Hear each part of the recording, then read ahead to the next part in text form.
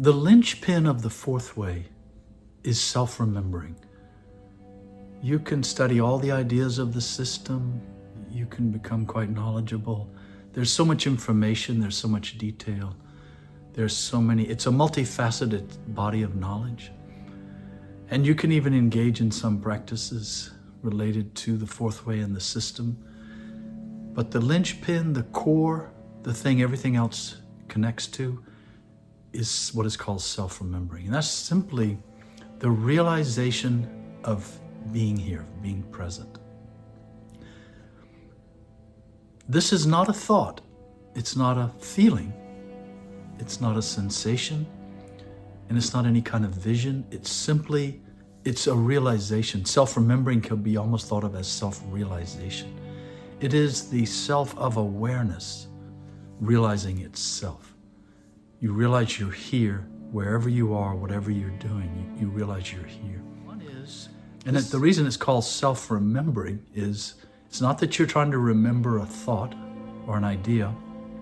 It's that you may suddenly remember to try to remember yourself, to try to realize you're here. So one way to engage it, let's call it engage it, is you knowingly bring into focus this realization of being here. You can say something to yourself, I'm here, I'm in the room, I'm sitting in a chair, but that's just the mind kind of helping you. In reality, this is awareness itself realizing itself and knowingly bringing itself into the focus of what's called self-realization right here, right now. The other way to engage or that self-remembering happens is, now that you know about self-remembering, and most people don't, once you know about it, you may be walking down the stairs or getting in your car or crossing the room, picking up a pen on your desk, and suddenly you realize that you had not been aware of being here. You had not been remembering yourself. And so these two aspects, knowingly remembering and bringing self-realization into focus, and then rediscovering that you had not been remembering yourself. And in some ways, this second one, this realization you've not been remembering yourself, is an important foundation for what this really means.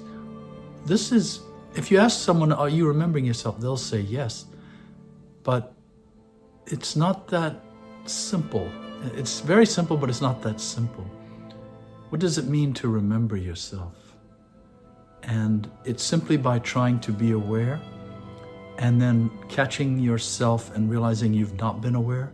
When those two start to meet more and more often, then you will discover you're on the threshold of a big discovery in yourself. There's another aspect to self-remembering, which the fourth way describes as degrees of self-remembering. Whereas some teachings say there's simply you realize your nature, and then you realize you've always been here, and now you have a glimpse of what this real nature is. And then once you have that glimpse never changes. You may lose it and it may come back, but whenever it comes back, it's the same. There is no change of any kind. The fourth way proposes, no, there are degrees of this increase in the consciousness of awareness, or the awareness of consciousness. You can think of it either way. And the degrees are simply what is called frequency, duration, and depth. Frequency means you are remembering to remember yourself more often. You are catching yourself and realizing more often that you had not been remembering yourself. You're crossing the room.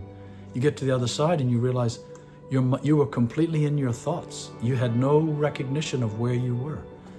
You finish eating a meal and you realize you didn't even see the details of what was on the plate.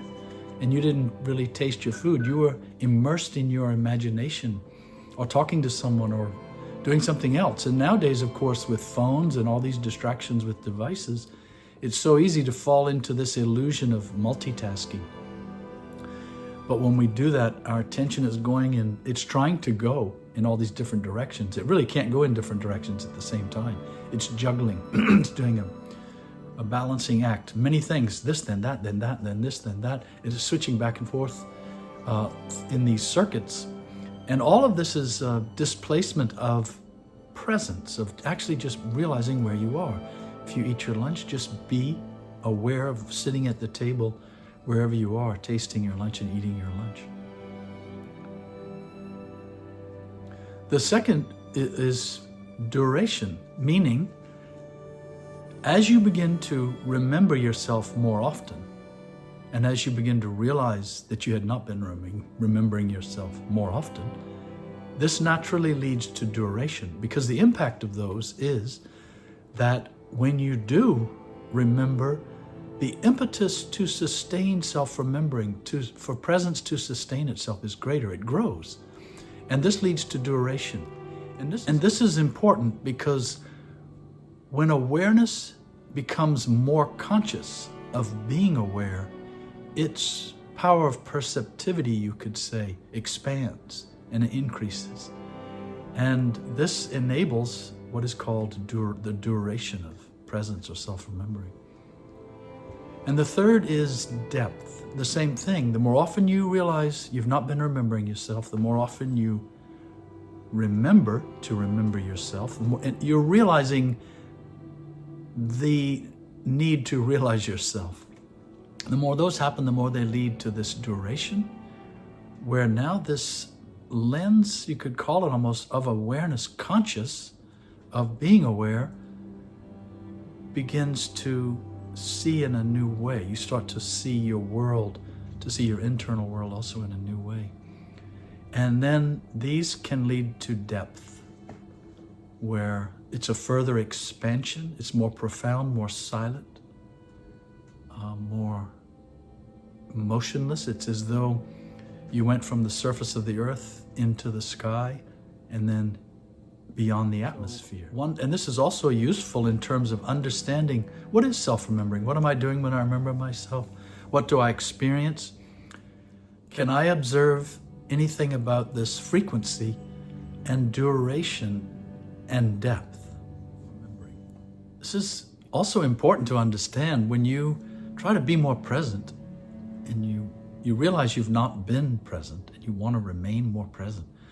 What happens? What is really going on? And the reason it's important to understand this is, as I said earlier, it's not self-remembering. What's called self-remembering in the fourth way is not a thought. It's not thinking about it. It's not actually recalling memory-wise an idea. And it's not an emotion. It's not a feeling of emoting about being more present. And it's not a sensation, as though suddenly you have control of all the visual energy around you and you can emanate an aura and you can do all these things. It's not that. And it's not any kind of visualization of God or of some kind of higher realms. In other words, it's not something that's generated by any of the four centers, what the fourth way calls the four centers. It is a self-recognition of awareness itself, consciousness itself. When this begins to become clear and become more in focus, it's astonishing and it's alarming to realize that you have gone all your life and you haven't really understood about this consciousness, this thing we call consciousness or awareness. It has the capacity to know itself. As one Sufi master said, the soul, he was referring to awareness, when the soul is born, it is born with its eyes looking outward. And because of that, it doesn't look inward and see itself. And the whole purpose of life is to experience life in such a way that the eyes of the soul, the consciousness of awareness itself, turns inward to recognize itself. And this is what's happening with self-remembering. How to go about this, how to start, where to start, what's helpful in terms of understanding self-remembering. One way is there's an expression, look from where looking looks. That's worth pondering. Look from where looking looks. So for example, when you look at an object across the room, you look at the object, but then you also you're aware of yourself here, looking at the object over there. And if you do this, you want to, it's a little sort of a practice, but you become aware of the thing you're looking at and aware of yourself looking at it. And then you sort of try to realize the space in between is one way to work with this little practice. You realize the space in between and then you relax. You don't try to hold your attention on an object and then I'm here and it's there and I'm looking at it. You just kind of relax and you just start seeing things. Now you're seeing the object over there and you're aware of you just know you're here as this source that's looking at it. And then you realize all the space in between and around both. And this can bring you to a clearer recognition of what self-remembering means, what it is. Because as I said, it can become just a sort of a persistent idea. I'm going to keep looking at objects and then be aware of myself here looking at objects. The mind takes it over and awareness is caught up in that so-called effort. The same thing can happen from an emotional point of view. You can start saying, oh, that's so beautiful, or I don't like that, that's not very nice. I'm aware I see that, that's not very nice to look at, I'll look at something else. Or about people, it's not an emotion. Self-remembering is not an emotion, it's simply clear awareness, realizing itself as that which is aware. And now, again, it's not a sensation, it's not about energy, it's not about controlling energy or generating energy or exuding any kind of energy. But each person will tend to lean toward one or more of these artificial settings of self-remembering, you could call it almost. And so it's important to understand it's not a thought, not a feeling, an emotion, not a sensation, not a vision. It's simply awareness. Look at things and then realize you're looking at them. Also listen to things and realize you are listening. Taste things and realize you're tasting. There's a difference between, for example, watching television and seeing yourself watching television. Most people watch TV and they lose awareness of themselves completely, or they look at their phone. That which is aware of the phone has lost cognition of itself. So when you look at your phone, see yourself looking at the phone. Look at yourself looking at the phone. When you taste your food, don't just taste the food. Because sometimes with mindfulness, you can put a lot of it, I'm tasting every little bite. Well, also taste yourself tasting the food. See yourself tasting the food. When you think, there's a difference between thinking about something and seeing your mind thinking about that topic.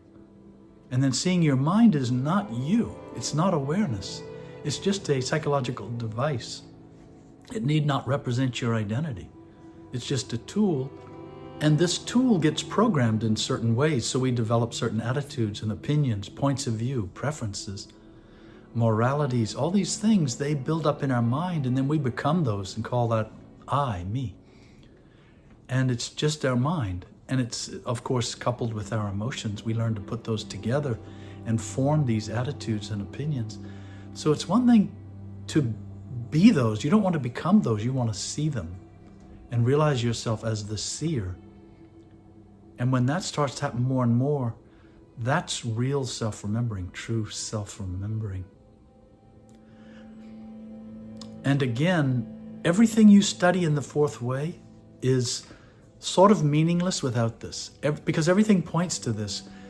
And as Peter Ouspensky said, in truth, all of these ideas, they only have value when they're connected with self-remembering, which is connected to the awakening, the enlightenment, the evolution of consciousness itself. This is not about becoming smarter, more sensitive, more empathetic, more calm, more relaxed, more happy. It's about more presence. And then this presence by virtue of it being conscious knowingly will have an effect on us.